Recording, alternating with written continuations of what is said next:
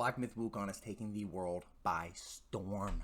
I've been playing the living hell out of this game the last probably week and a half since it came out, and oh my god, this game is fucking incredible. Now, if you have not heard about Black Myth Wukong, if you're living under a legit rock, this game has broken every single record it pretty much has set out. It is #1 single player game, peak concurrent of all time on Steam. That doesn't even count PlayStation. It's not out on Xbox.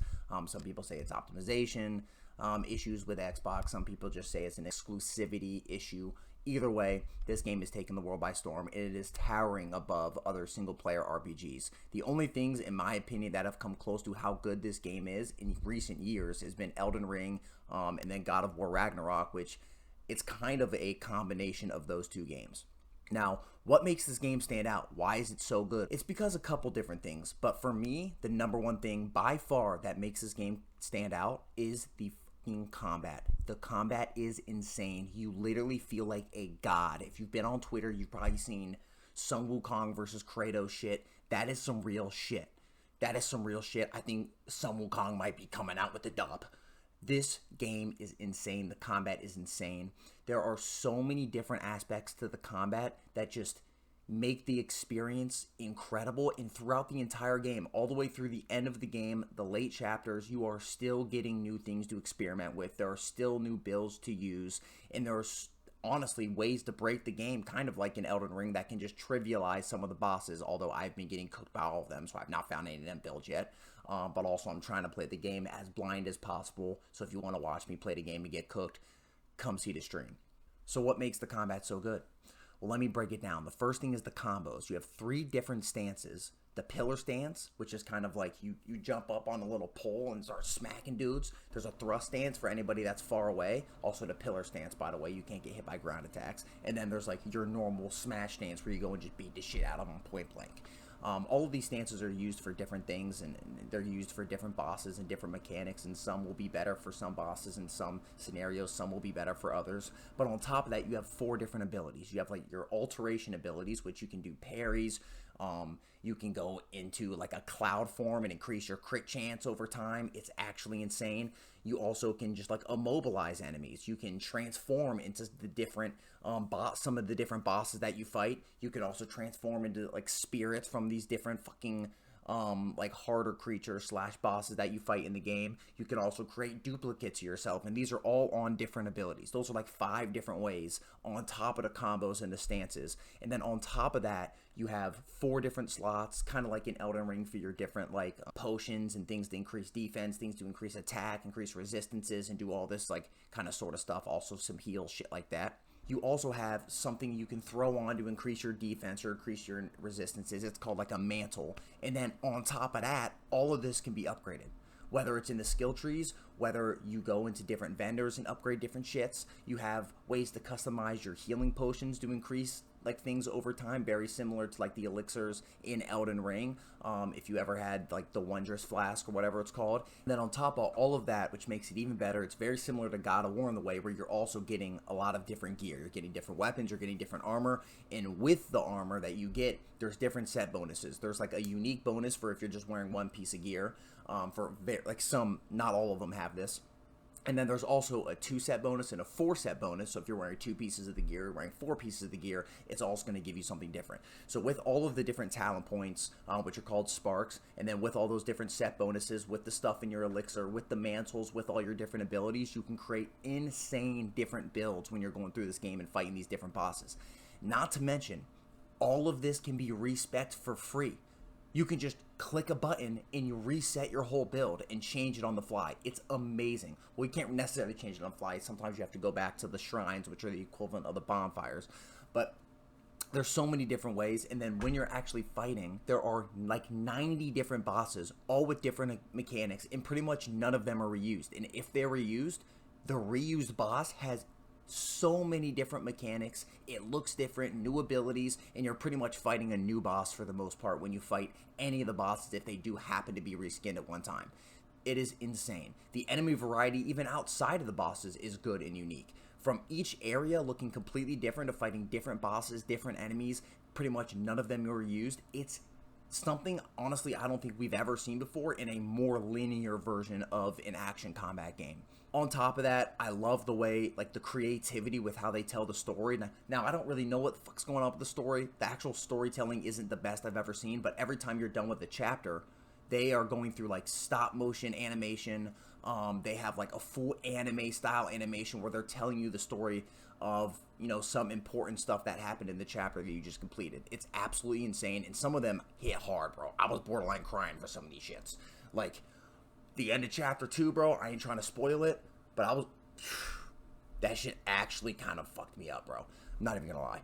So aside from all of this, it's not all, you know, the best game I've ever played. I wouldn't actually put it better than some of the biggest games of the last few years. Like Elden Ring, I still think is a better game overall. Granted, FromSoft has had years and years and years and years of experience. This studio, it's literally their first game, first AAA game that they're putting out there. So they're going to get a lot better, guaranteed. The next fucking Wukong game or whatever they do next is going to exceed, in my opinion, what they've already done so far, but this is a great foundation. I mean, I would give this game a legit 9 out of 10, at least from what I've played so far. I'm relatively getting near the end, but I have not actually beat the game, obviously, yet, so there still might be something with the story, I don't know.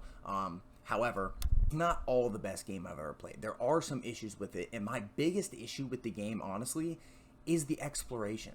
There are really cool secret bosses, there are good quest lines that don't really explain much, kind of like a Souls-like where you just get very little details and almost you gotta look it up online to complete the shit. But the rewards are insane. I remember in Chapter 2, I'm fighting the Yellow Wind Sage. I have no idea there are items and different weapons you can get that are from secret bosses and quest lines that are literally going to help you destroy these bosses and trivialize the game, which is awesome to me. Again, I didn't even do them. But the parts that I don't like, there are invisible walls everywhere you go. It is borderline immersion breaking sometimes when I'm just running around and I see something, I'm like, oh, I can 100% go there. There's no way I can't go over there. I try to jump over there, I'm cooked. I can't go. There was like a snow area where there was no way I couldn't jump on this little ledge to go on this bridge. It was like a wide open area and I just couldn't go over there. I'm like, what the fuck is going on?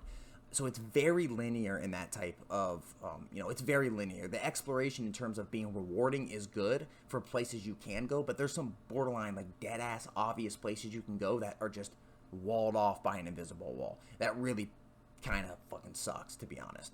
Now, that's not what the game is meant to be. The game is meant to be a more linear, almost like a boss rush. Like, every couple feet you go, it's a borderline another boss. Like, there are not that many enemies outside of bosses. There are almost as many bosses, I would say, as normal enemies for the most part. Now, probably not, but it's pretty damn close, if not.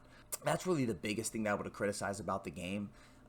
It's not a super long game. It's not huge. But everything that you do in the game is so carefully crafted. It is so good. I've never seen so many bosses with so many unique mechanics in a game. I genuinely feel like every boss is a very different experience than to the previous boss that I fought. The areas are beautiful. Like, every single area that you're in are looking completely different than the area before. You get a whole different vibe. There are, like, posture bars with some of the enemies, non-posture bars with some other enemies. So in terms of combat, I would generally say the two best games of combat are Sekiro, and I would put this game up with Sekiro. Like, those are my top two games in terms of just some of the best combat I've ever played in my entire life in any video game across any genre. So with all of this, a lot of people are wondering, is this the game of the year? Is Black Myth Wukong going to be the game of the year this year? And honestly, bro, yes. I think it has to be. I think it should be. If you've played this game, even if you played up to like chapter 3, if you have played this game, there are no other games that have come out this year that I think are just overall a better video game than Black Myth Wukong and a more fun video game than Black Myth Wukong. There are a couple that are up there with it, and I know, like, later this year we still have, like, games like Dragon Age Veilguard coming out. I don't know, it's looking okay. It's not looking the best. There's been a lot of other games that have come out this year that I know people were excited for. You have Star Wars Outlaws that just dropped. I might be making a video on that. I've seen some of the craziest clips ever, but I ain't playing that game. No fucking way I'm playing that game. Absolutely not. I am not touching that game, bro, with a fucking stick, bro. Not happening. I would not do thrust stance to touch Star Wars Outlaws. Tell you that right That game looks ass. There's no game that is released this year, in my opinion, are going up against Black Myth Wukong. And then on top of that, with all the records that it broke, with how many players are actually playing it, it genuinely feels like a genre-defining game for action RPGs. Not fully, but it's pretty close. It's up there. I think if they really drop another game and then they innovate just a little bit on the formula, bro, they could have a masterpiece game on their hands. I don't think Black Myth Wukong is a masterpiece. I don't think it's a masterpiece. I don't think it's Elden Ring level, Baldur's Gate 3 level masterpiece of a video game, but it's pretty damn close, especially for a first game. I think this is Game Science's Demon Souls. I honestly recently played Demon Souls on the PS5 with the remake, and it's really good.